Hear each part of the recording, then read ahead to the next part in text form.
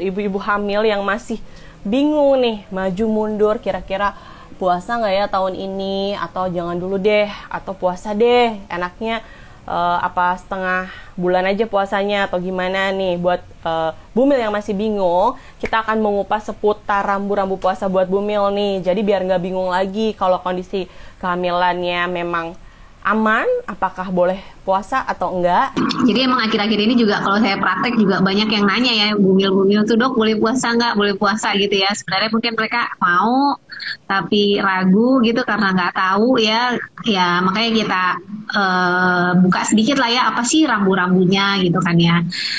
Sebenarnya sih untuk puasa secara umum ya, kalau kita bicara kehamilannya normal tidak ada masalah ya. Tapi memang kalau puasanya itu dimulai dari trimester awal, memang dari beberapa jurnal dikatakan itu meningkatkan 1,5 kali resiko bayi berat lahir rendah. Jadi di trimester 1 tuh, jadi dari usia 0 sampai 14 minggu ya.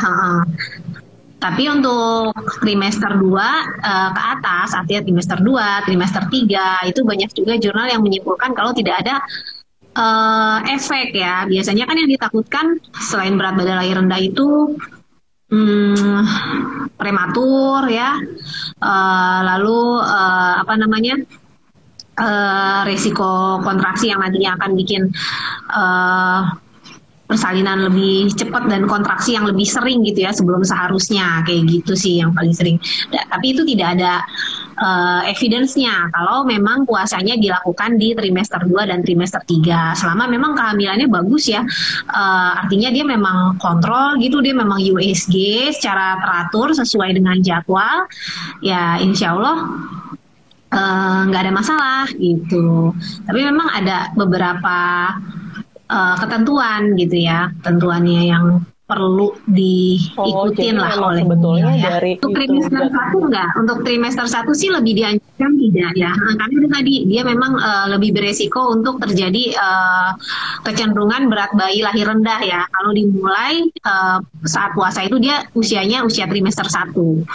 Tapi untuk trimester 2 dan trimester 3 itu relatif aman. Lebih baik yang tidak boleh untuk berpuasa nih, yang sebaiknya Bumil-bumil tidak berpuasa dahulu nih, kondisi seperti apa, baik itu di trimester kedua ataupun ketiga misalnya nih dok? Itu tadi kalau dari keluhan subjektif ya, misalnya dia sering merasa kram perutnya gitu ya, kayak kontraksi-kontraksi ringan tapi cukup intens ya, itu kan bisa diakibatkan dari kurang cairan ya, tanda-tanda dehidrasi gitu kan. Atau misalnya dia akhir-akhir ini merasa gerak janinnya tidak terlalu aktif gitu kan. Nah itu juga sebaiknya tidak boleh dulu gitu kan. Atau ya memang si pasien ini cepat lelah gitu ya. Maksudnya ada ibu hamil yang gampang sinkop gitu ya, jalan dikit ngap gitu kan, capek sedikit rasanya udah nyesek nafasnya, beberapa kali pingsan gitu kan, ya itu sangat tidak dianjurkan. Ditambah lagi sama ya pemeriksaan objektifnya gitu ya, objektifnya dari pemeriksaan dokter, misalnya dari USG nih, dilihat dokter, oh ketubannya bagus nih, ya boleh-boleh aja. Berat bayinya juga bagus, tidak ada kecenderungan kecil misalnya.